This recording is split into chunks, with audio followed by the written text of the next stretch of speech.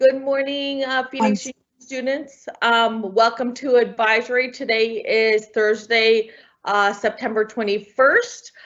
We are so excited to see you today. We have a wonderful filled agenda here today. We're going to talk a lot about obviously the in-state criteria for scholarships and scholarship estimators. So we are so excited that you're here today. Just hang tight for a few minutes and we will begin. So welcome to the PXU advisory September 21st. And thank you so much for joining us today.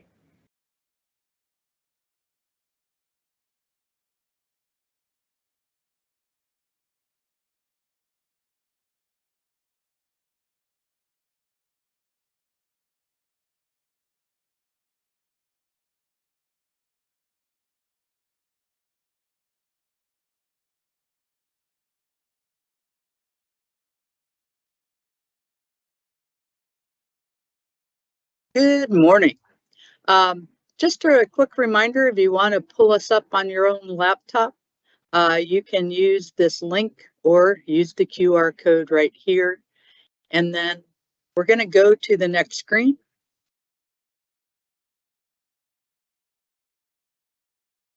So if you have an acceptance and you know your login or an in-state portal right now, we're going to talk about it in a couple minutes, but right now you could be using this time to just pull it up. That's perfectly okay. Next screen. A quick important announcement. The GRIT program at College Depot has hired some new folks and they are ready to take you on into the GRIT program. So if you aren't already in GRIT and you want to enroll, go ahead and use the QR code there or tiny.cc/CD capitalized GRIT. Those are appearing right now as we talk into the Q&A. Next screen. You're interested in attending the Historically Black Colleges and Universities Fair at Phoenix College next Wednesday, talk to your BSU club sponsor or your school counselor today. Spaces are filling up fast, and last year they did fill. So they reached capacity ahead of time. So make sure that you are signed up and registered. Next screen. So today we're going to focus on scholarships and financial aid for in-state community college and universities. You can kind of see what we're up to today. Next Tuesday, I'm going to continue on the common application. I'm going to get to the activities and courses and grade sections. We'll do some troubleshooting. We'll talk about some scholarships. And on the 28th, we'll be back talking about portals, previewing fall scholarships, because the biggest scholarship season is really opening up as we head into October. And that's also when you have fall break, so you have plenty of time to work on your applications.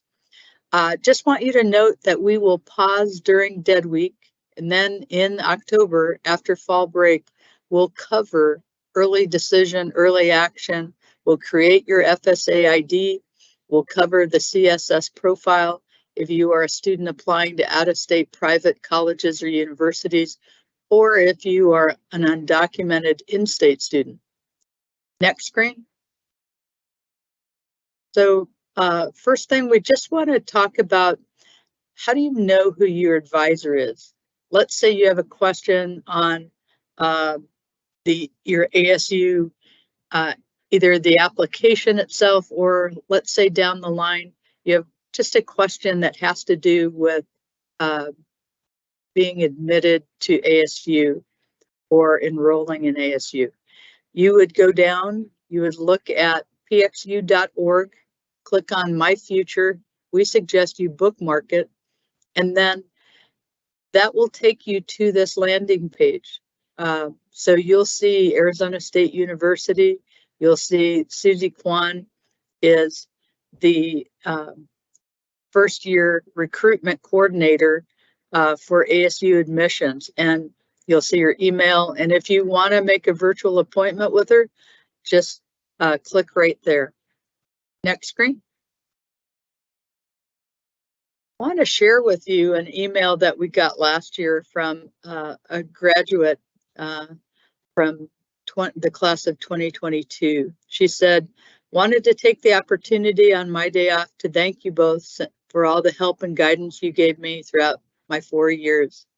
Since I began talking to my peers at ASU, I've realized that the opportunities you and bioscience as a whole provided me with prepared me for college incredibly well. In addition to that, I wanted to give you both an update on my scholarships. While I didn't receive a whole lot of them during the school year, the scholarships started to come in over the summer. During that time, I received awards from the Arizona Nursery Association, the Burden Foundation, another one from Phoenix Union, and most notably, the Thunderbirds Charities. As long as I keep a B+ average, Thunderbirds will pay for all of my expenses, and should I choose to do so, I'll be able to live on campus for all 4 years. I know you both love screenshots, so here's what my ASU Finances tab looks like. Let's take a look. Next screen. So we have taken a snip, with her permission, we've taken a snip of what her financial aid looked like her freshman year. So you'll look at, she got a President's Award because she had between a 3.7 and a 4.0. So she got money for that. It would have been more, but some of it was covered already by Raise.me. And she was in something called the Next Gen Leadership Scholarship Cohort. So she had a Public Service Academy Award. So all these together helped. The Burden Scholarship she got for $2,000, even though she wasn't even an Avid. She got a Nursery Association Foundation Award, the Lincoln Undergraduate Scholars Program. Notice that every little bit helps. You know, her total costs were actually just around $37,500.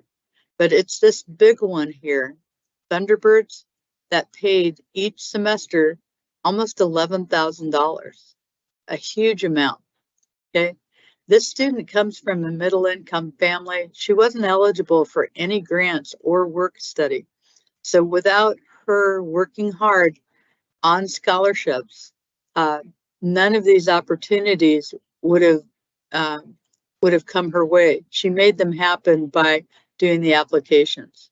Okay, next screen. So about those scholarships, we covered College Depot scholarships the other day. We talked about just Googling College Depot scholarships. This page comes up and it normally defaults to deadline. When we look over to the right, if you click on various scholarship opportunities and it opens up, notice further down, you'll see future Lumberjacks, future Sun Devils, future Wildcats, their foundation scholarships, Maricopa Community Colleges foundation scholarships. Those are their private scholarships. And then Maricopa Community Colleges district scholarships. So this is from the district itself. This is from the foundation. Notice that in most cases, foundation scholarships are private. And so if you're a dreamer, you may be able to qualify for those as well. So just note that right-hand column. If you click on various scholarship opportunities, you'll see a long menu. I have cut and pasted these right up under it. You're going to find these way further down. Okay. Notice they're in alphabetical order. Next screen. There are two types of Maricopa Community College scholarships. One is the public one, public school one, MCCCD scholarships. Okay, that's this one. And then the private ones, Maricopa Foundation scholarships. If you click there, you can view all scholarships, but it's pretty easy to find it. All you have to do is really go to MCCCD scholarships. If you Google that, you're going to land on this page. Next screen.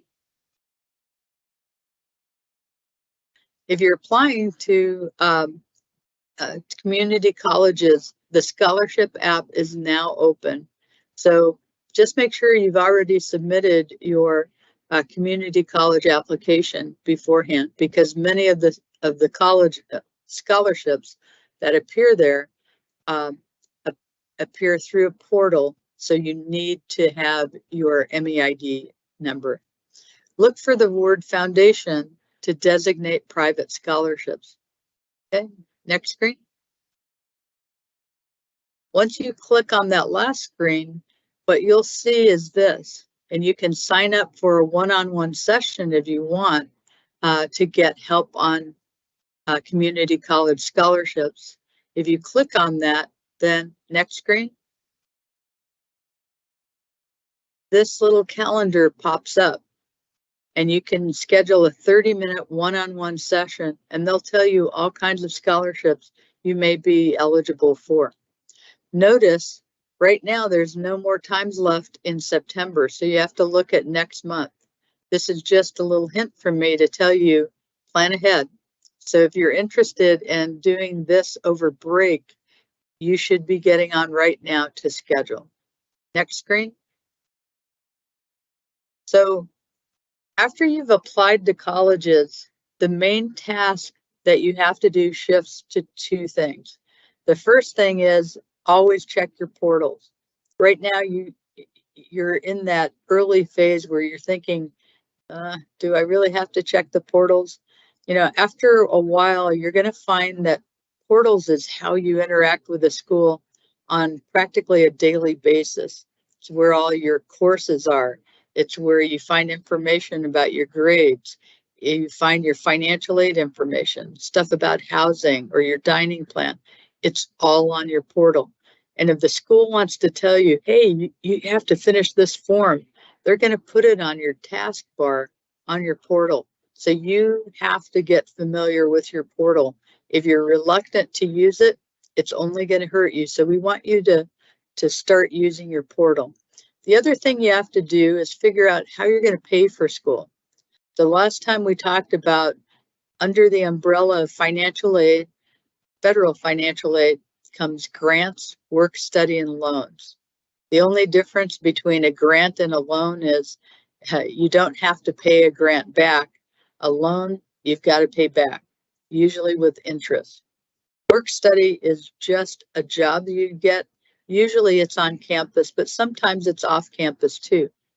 So we're going to start looking today at institutional scholarships, awards that you get from the school. We looked at that last week too. Next screen.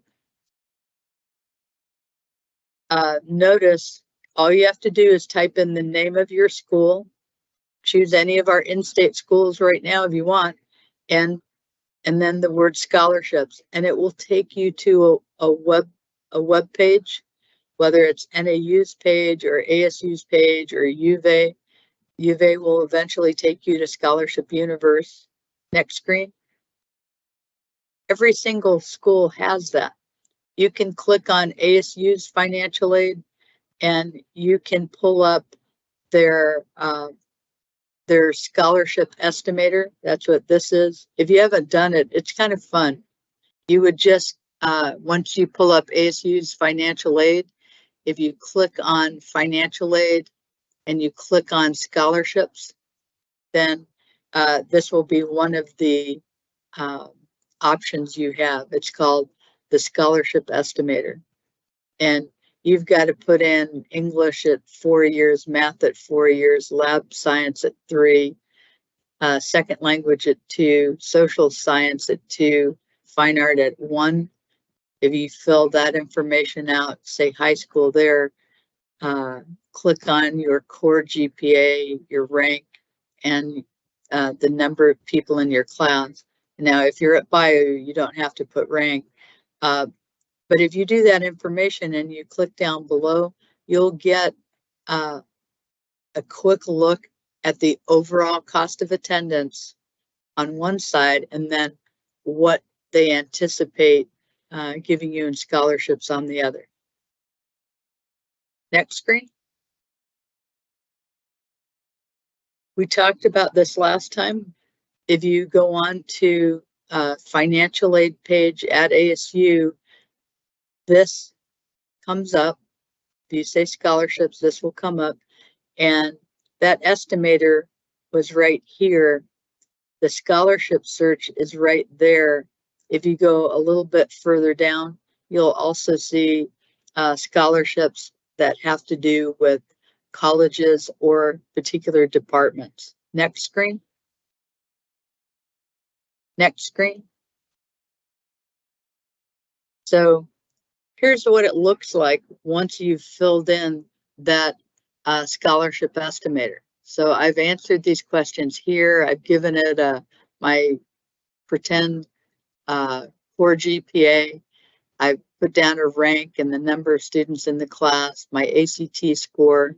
So notice once I hit calculate, it gives me something over here that tells me what my base tuition will be, undergraduate fees, student initiated fees, what on-campus housing an average would be like, an average for books and supplies, and what the total is. So that's, there's that total there. It's estimating based on the information I gave it here and my test score. It's estimating that I'll receive the Dean's Scholarship. So my first year cost would be this leftover amount. So that would be a lot, right? Some of that will be taken care of by my financial aid in the form of grants, work study, or loans. Some of it, I might have a gap. If I have a gap, what that really means is that I've got to apply for scholarships. And there's all kinds of scholarships. Next screen. So here's that scholarship search that we talked about. When you fill out these filters, the more you put on, the more it kind of limits filters, right? Your search.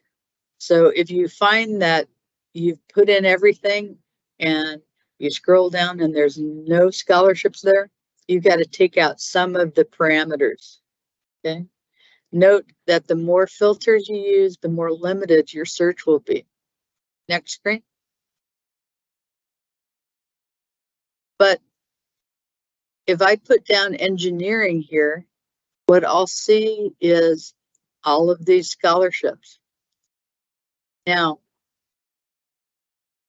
some of them, if there's that gold bar that says Portal app, what that means is I can only apply for this scholarship by clicking on my portal.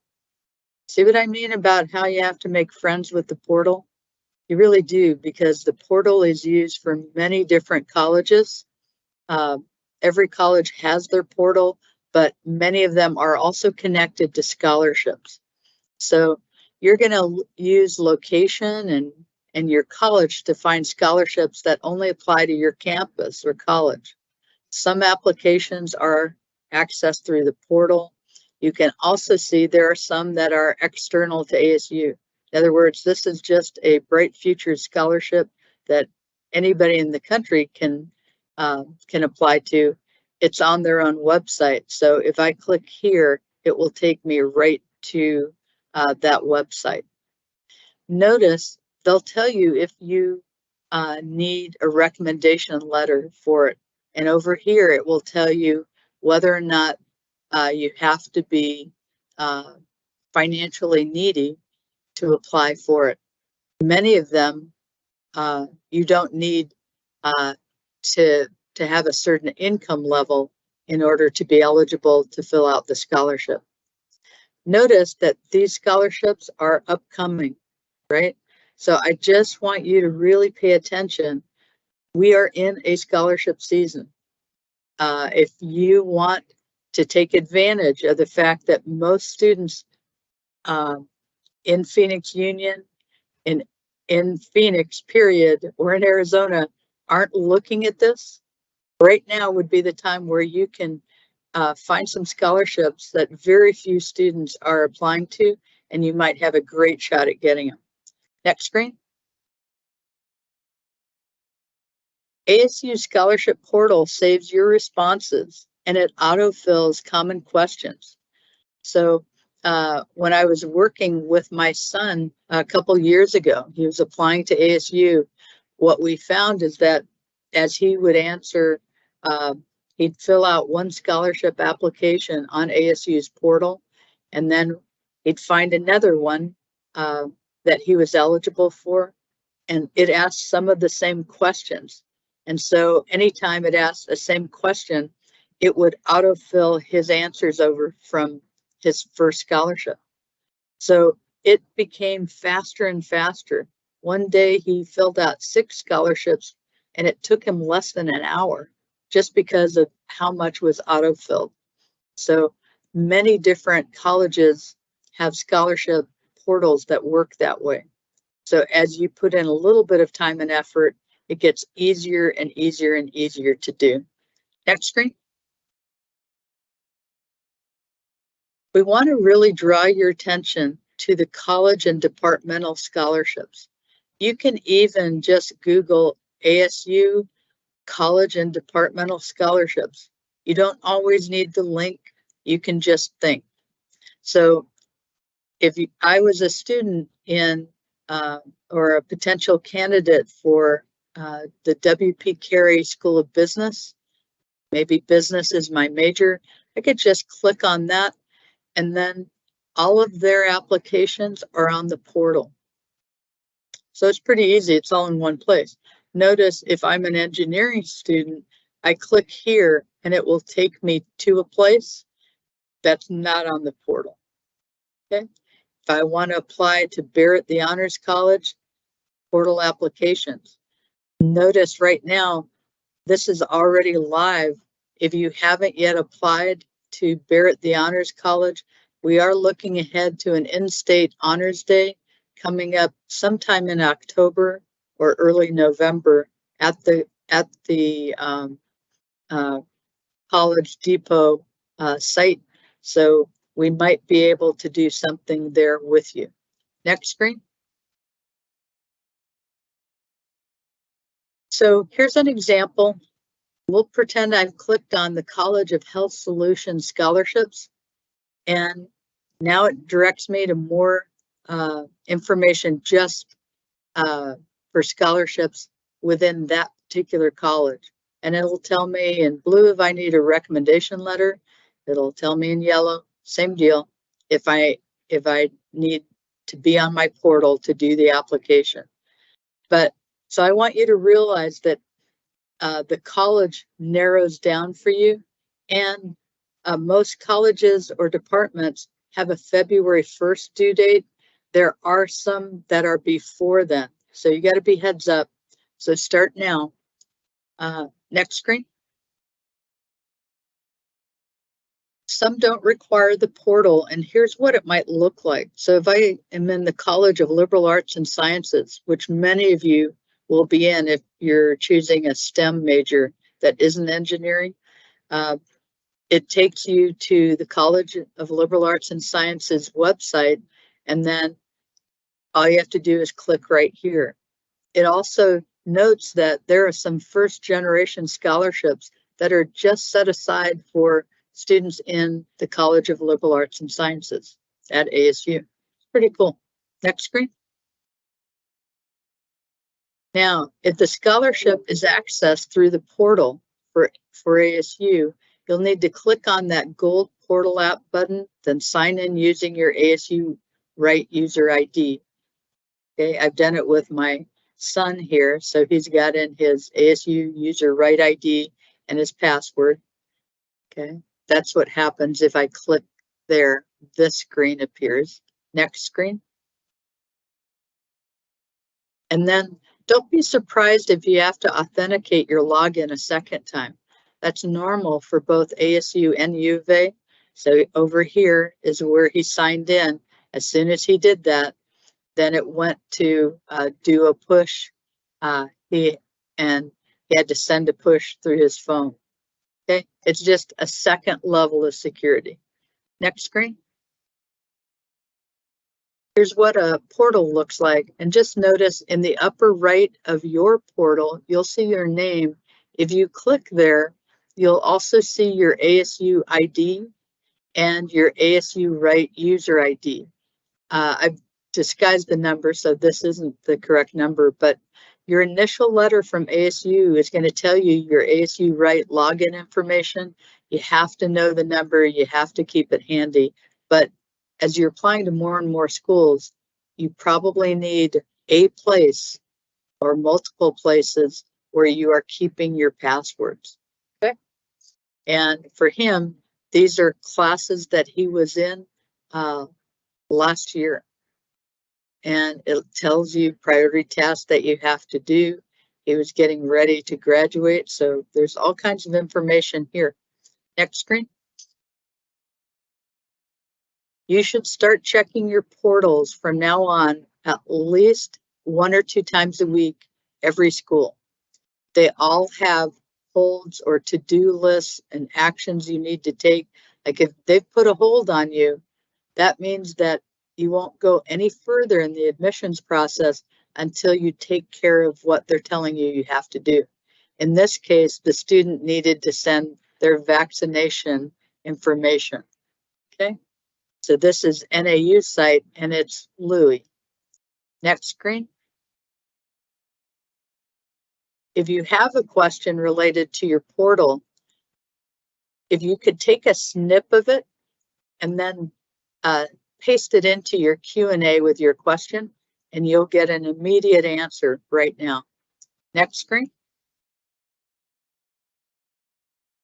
Now, if you want to see if you're eligible for a Pell Grant, some kids want to know ahead of time. There's something called the FAFSA forecaster. That used to be something that we used to have students take a look. That's been phased out, but it's now been replaced by something called the Federal Student Aid Estimator. Takes about 5 to 10 minutes to do, and you'll find out if you're Pell Grant eligible. If you are Pell Grant eligible, that's important information you may want to share with your counselor, because your counselor will then be able to tell you, okay, you're eligible then for the Arizona Promise Award, or maybe the College Attainment Grant, or maybe another form of aid that you might not know about at a particular school. So sharing the information is great. Next screen. Reminder, coming up on Wednesday, October 18th, the 2024 Flinn Scholarship deadline is coming up. We've had a number of students. Here's Alicia Fell, Nancy Twishimi, Sakina Lord, Samantha Munoz. Last year, Ariana Delgadillo got that award. We've had huge success. This could be you.